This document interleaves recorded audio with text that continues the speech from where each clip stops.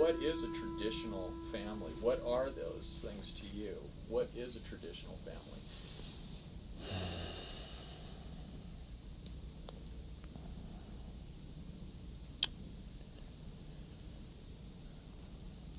Well, the traditional family is a family where the husband is the breadwinner and the wife is the person who takes care of the home.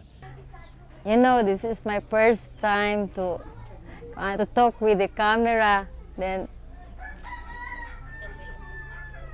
to talk about myself, about my love life, then about my pen pal, and about my story of my life. That's why I sometimes I assume. After I was robbed, after my husband died, all the fears, all the things that was lost, I started my life all over again. So this time I really hate my father. I don't know why they do that to us. We are very good to him, but I don't know. Usually you can say that American men, they wanted to write Filipino women. These magazines specifically introduced these Filipino women because they thought that American men wanted to have Filipina wives other than the other foreigners. I think we have also to learn to make a distinction between those who are mail-order brides by choice or those who, on their own, at all costs, would like to marry a foreigner because it is his personal or her personal choice, and those that are driven into this practice because of economic hardship. What we really are against in the women's movement about the so-called mail-order brides is the whole commercial aspect. We become simple workers for the first world. I am very much interested to marry a foreigner.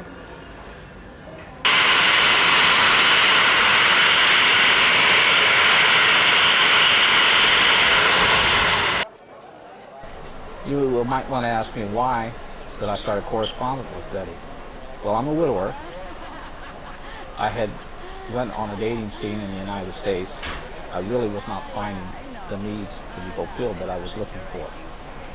So through a course of elimination, I started corresponding with Betty. She corresponded back with me. And over a matter of months, 4 to 6 months, we became very, very fond of each other. Now we're at the place where I'm here to marry Betty. By virtue of the powers vested upon me by the new family code of the Philippines, I hereby pronounce Ralph and Betty to be lawful husband and wife. All right.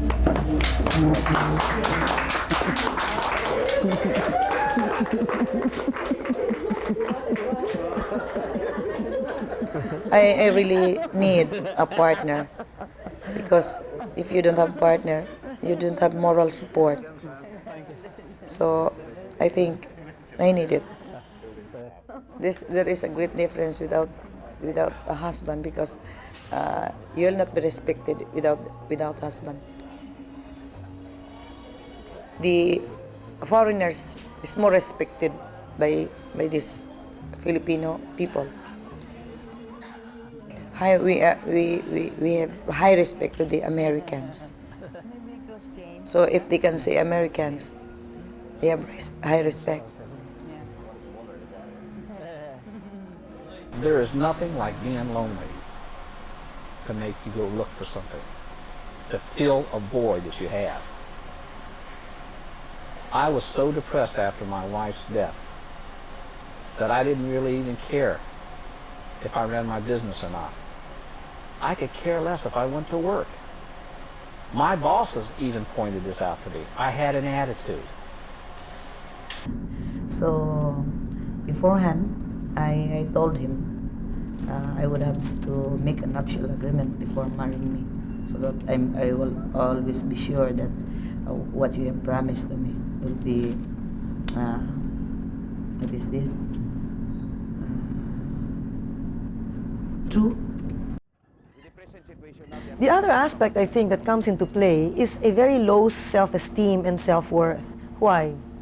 Because we are all products of an American colonial education system, whereby, you know, our children are taught in the schools that Magellan discovered the Philippines, which means to a little child, before Magellan came, we must have been savages, we must have been illiterate, we must have had no culture to be proud of.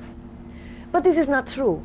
Thousands and thousands of years before the Spaniards came, we had a very sophisticated culture that was practically a perfectionist-oriented culture, which is seen, evidenced by our woven fabrics. We have about 10 to 12,000 specimens that are sitting in the Smithsonian Institute in Washington.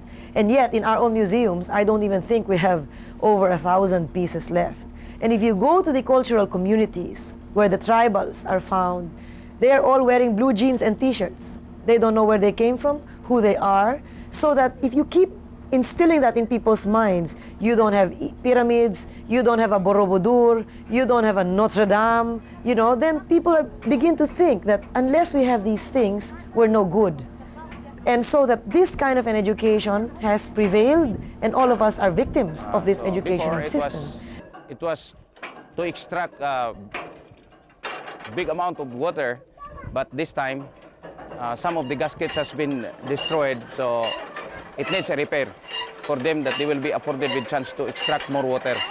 Sa ato pa magbumbaha gid mo kada adlaw din para magkuha tubig. So they got to work, they got to pump for themselves in order that they could extract more water. Unless we address the poverty issue, it's very hard even for the church to moralize and say, this is bad, it's no good, it's a sin, it offends the Lord. You know, people can't even understand that anymore because of the economic deprivation that they experience.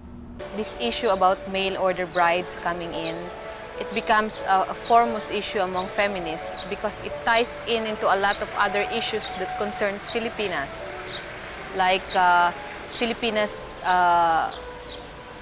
being into an unequal relationship with men, the same with other Asian women, and Filipinas being treated as mere sex symbols or mere trading commodities used for trade, and issues like,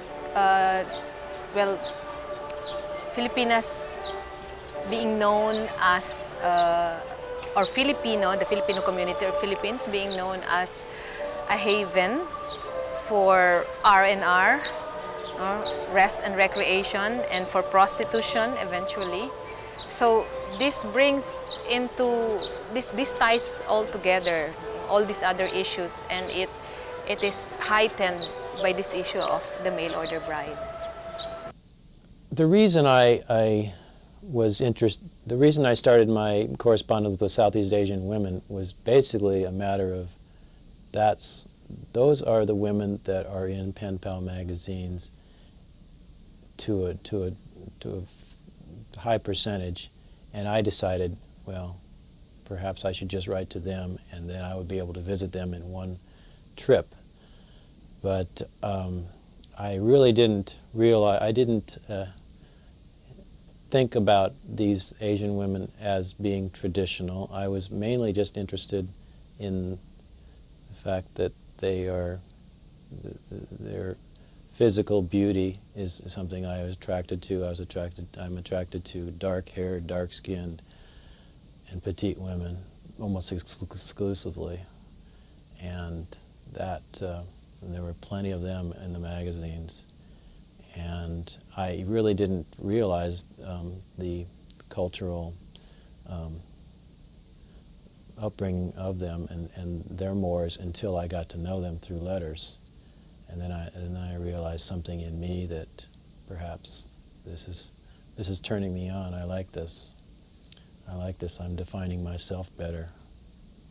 As I have been observing in the letter writing which I have screened, and which those people also confide about their letter to me, so I found out that there are women who have guts, there are those who are brave to go there, But I've told them that America is not just as easy as in the Philippines, but still they have guts. I think most of those women that have guts to get into the United States with their husband have skills. That's why they are not afraid. Maybe my future is not here in Filipino. I'm positive. I'm positive, thinking that my future is there in USA, not here in Philippines. That's all. Okay na ba ito ba? Unless the woman can stay home in the country and have her own job, can earn her own living, can feed her family, is educated, and she has her own dignity in her own country, then we can say that the woman is liberated. But unless we don't get that, as long as we don't get that, as long as we keep going out of the country, being cheap labor for foreign countries, sex partners for men, exploited whatever in other places, we can never say that the woman is liberated. And this also means that the rest of the women all over the world is not liberated, because as long as there is a woman that is not liberated in the world, no woman's movement can say that the woman is liberated.